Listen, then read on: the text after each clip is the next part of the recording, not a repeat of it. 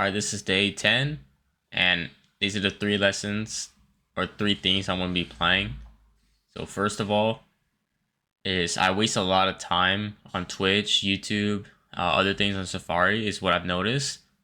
One way this habit starts to kick in is after a meal, I'll come back to my setup and then I'll brush my teeth. And I usually brush my teeth for like 6 minutes, and then I'll start watching like a Twitch thing.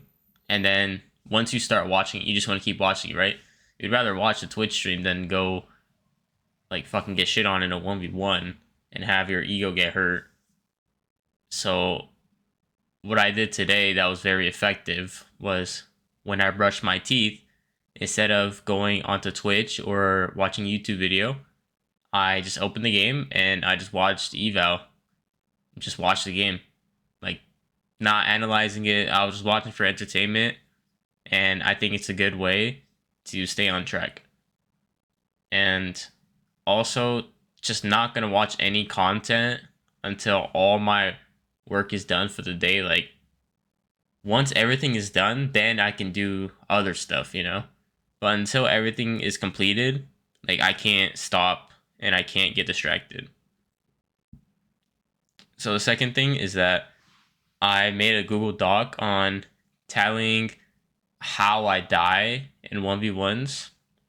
So I have what date it is and then how I died and how many times I died in that way. So I want to start to see like, oh, I'm dying a lot when I edit on somebody with their gun out, or I'm losing when I'm trying to piece control from a left-hand angle. And I'm going to start to see patterns and start to see if I fix this one thing, it will be extremely effective and I have more leverage on it than any other niche scenario.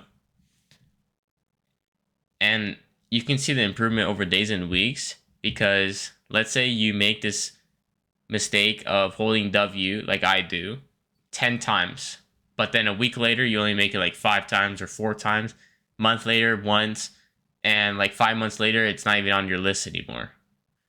That's how I want to improve. And we start with the easier mistakes to fix, the easier but most important mistakes to fix, and then we start to go to other mistakes. Now the third thing is that I created a Google Doc of everybody I'm 1v1ing. So I have people from like the last 5 days, including today. And it helps me look at my friends list and see who I want to invite if I don't get a DM from Discord for a 1v1 real. Because I did say yesterday I could play ranked. Thing with ranked is that a lot of times you just die because it's a third party, you run out of mats, you get held in storm. There's a lot of weird things, and it's not really that effective compared to 1v1s. Ideally, I just play 1v1s the whole time.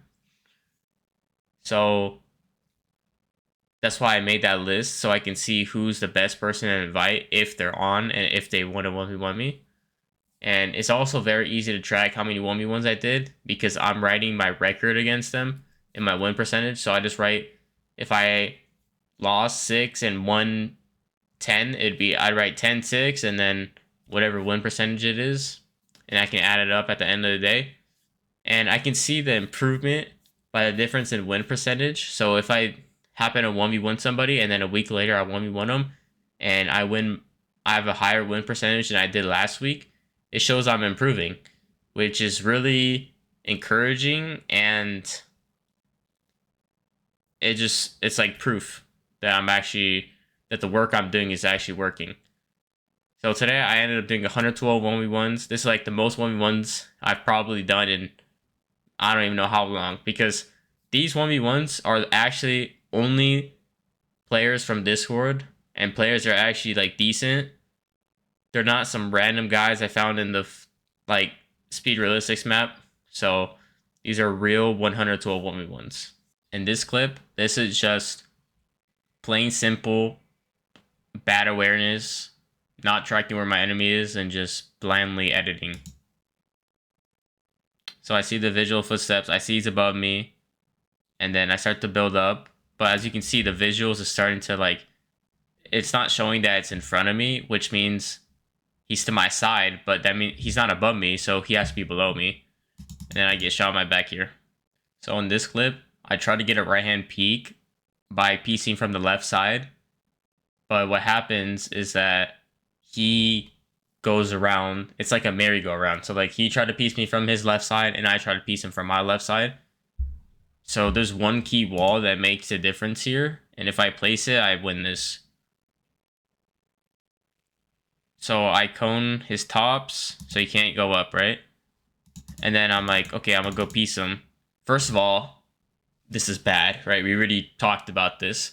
This edit is bad because he can hit me before I can place the wall. So we need to do a top left peanut butter. But regardless, he goes for the same play. If I place this wall on the right, I can block his shot and also piece him and kill him. But I don't place this wall, which is really important. And then he hits me and then I die. In this clip, I 195 the guy. I get out of the box and I pop a fish. But the mistake I make is when someone's on your wall, there's three things you can do, right? You can hold the wall, you can rebox, or you can make an edit. I guess you can also pre-fire. So there's four things. What I do is the worst option is holding the wall. And yes, there's times where holding the wall is good, but this is not a time where it's good because good players will always be able to phase through the wall first try. So here, my best option. So I 195 them. I pop a fish. Good. The best thing I can do here is go for a pre-fire. Or because I 195, just pull down my AR and just go for like, just let him break the wall and just shoot him. Instead, I try to hold it.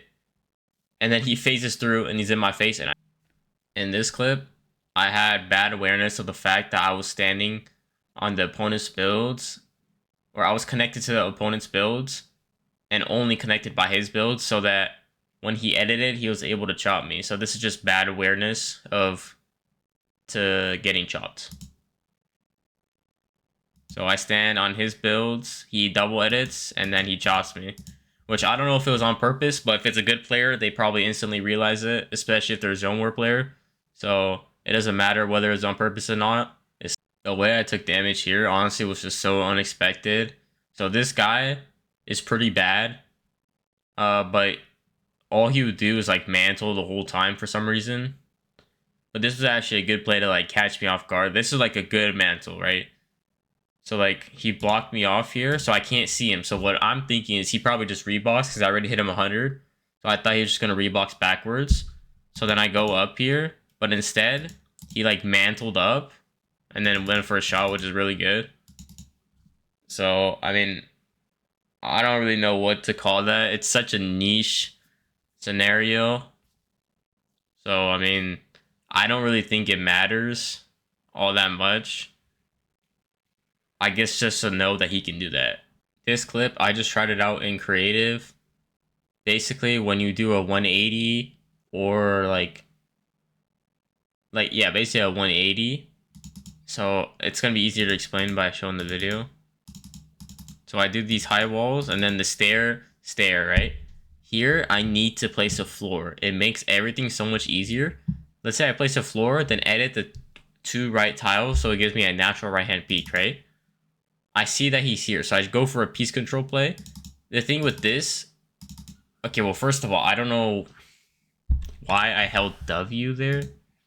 Maybe, I mean, that's also a problem, obviously. Okay, so I do this.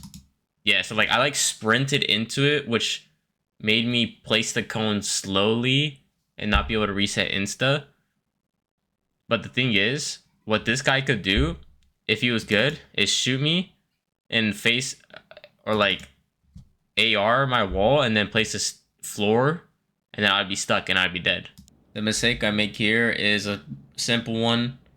I edited on my enemy when he had his gun out. Same problem again, holding W. Because I hold W, I'm not able to place the wall fast enough. I have to back up first before I place the wall, which means he's able to hit me before I can place it and block his shot.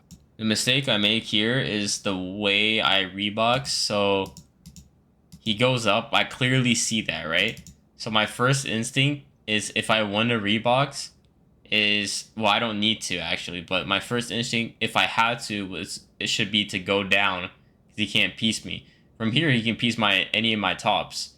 So I go backwards, but he can get my doubles, and then yeah, he's 1500.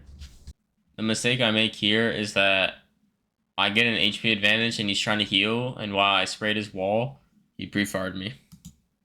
So here you can see he has his fish out. I'm not even sure if he ends up popping it. Then he looks the other way. I'm like, okay, we're good. And then he pulls his gun out. 180 flicks me and I die. I mean, I guess it was bad awareness on my part to not see that he pulled his gun out, but to 180 me is insane. Here, I shouldn't have went for a window edit or any play at all, simply because I'm just too close to the wall. And when you're too close to your wall, you have no counterplay. Like, you don't have a cone edit to protect yourself. You can't go up, you can't go out the back. So I make an edit here and I reset it. All he has to do is just run through with his AR 50-50 me, and if he wins, he wins, which we don't want because we want to play a skillful game and give ourselves the best odds. And this play is just not worth it. I'm too close to the wall. This is the same exact mistake I made earlier. Is I went for a play, but I don't have the piece to protect me. So when you think about diagonal box fighting, the whole reason why it works is because you have a wall to protect yourself. You can reset always, right? So you always have like that buffer to save yourself. Here, good play to go for this cone, right? But there's no floor here. So I go for edit reset, which is good. And because he's 0 ping, he takes the wall first try. Nothing we can do about him taking the wall. But how are we going to respawn? I need to have a floor here placed before I even go for this edit in the first place. Have it the right 2 tiles edited. So if he takes it, fine. And I can still try to pressure him on the wall. But at least I don't die here. What he does is he just places a floor, it messes up my crosshair, and then he won't pumps me. This is a pressuring mistake, so I hit this dude 116, and he's in a 2x1. And what I do is I stood on this left side of the 2x1, which is so bad because it gives him a right-hand peek.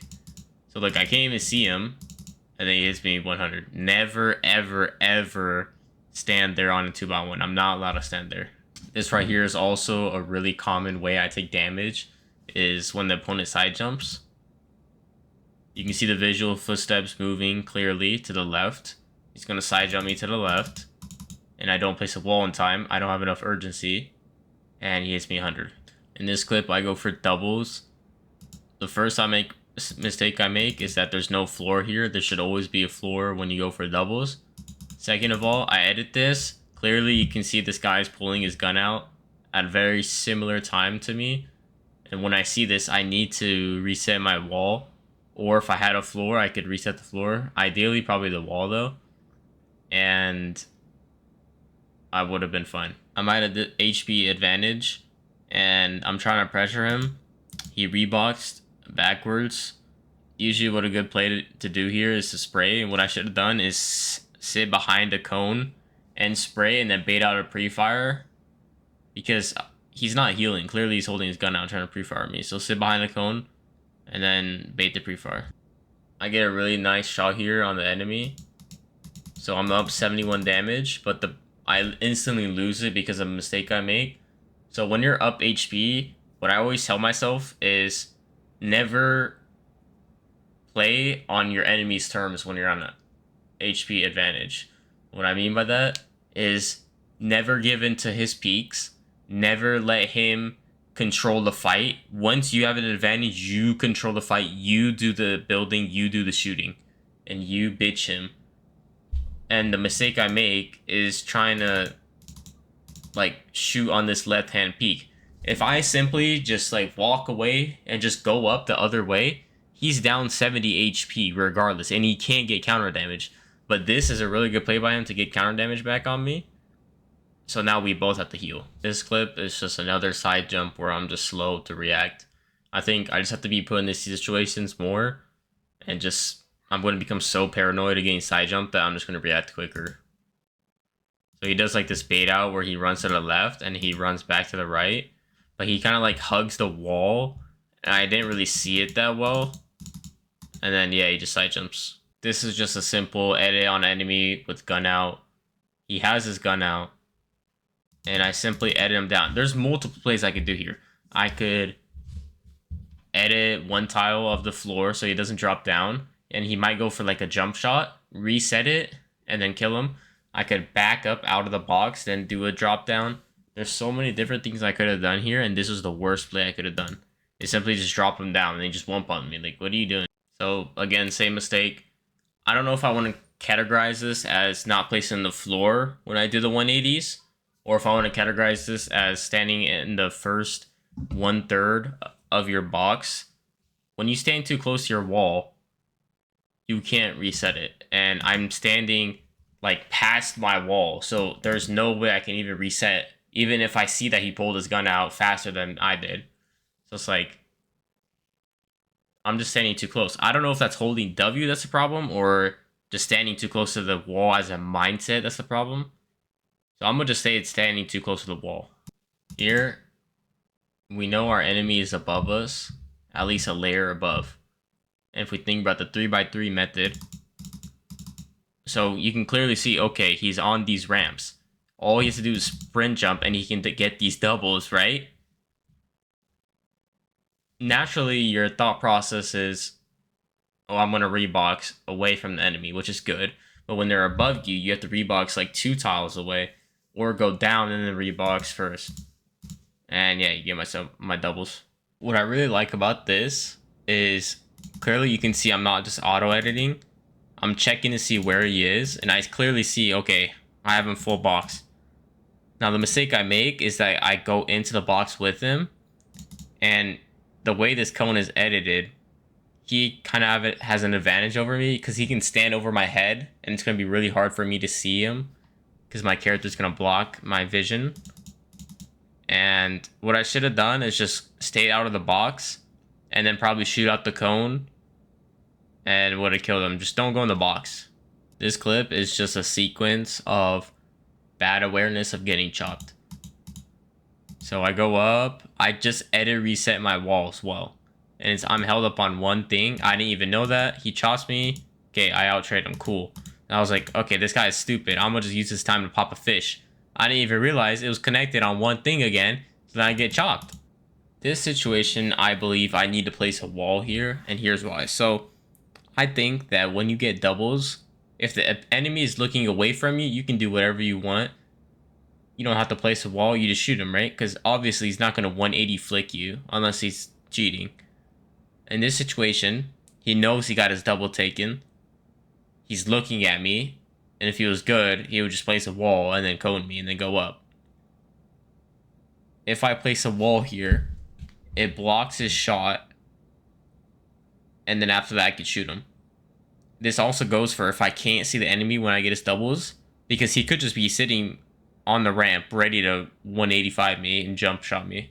What I did here was I side jumped on this guy's wall. And when you just think about the 3x3, it's just unacceptable. What is acceptable is to go diagonal side jump, but not side jump on his wall. Because here, he can piece me up. And that's why I take 100 damage. This is another example of me having really bad awareness of whether I can get chopped or not. So currently, I'm connected to 2 walls, right? And one of the walls is this. I hit him 40. He shoots out this floor. Now I'm only connected to his wall, which he already edited. And then he chops me. And again, I'm only connected by 2 things, and he chops me again. Like, my chopping IQ is so bad. I make the same mistake again. My enemy is above me, and I rebox to the left, to the right, behind me. It doesn't matter. You can't do that. And he gets double to me, and I'm lucky he only hits me 55. Here, I go for a bait play where I'm going to reset the wall before he can hit me. And then I'm going to edit it and then shoot him, right? So first part, successful. Second part, I missed the edit. Okay, that's fine.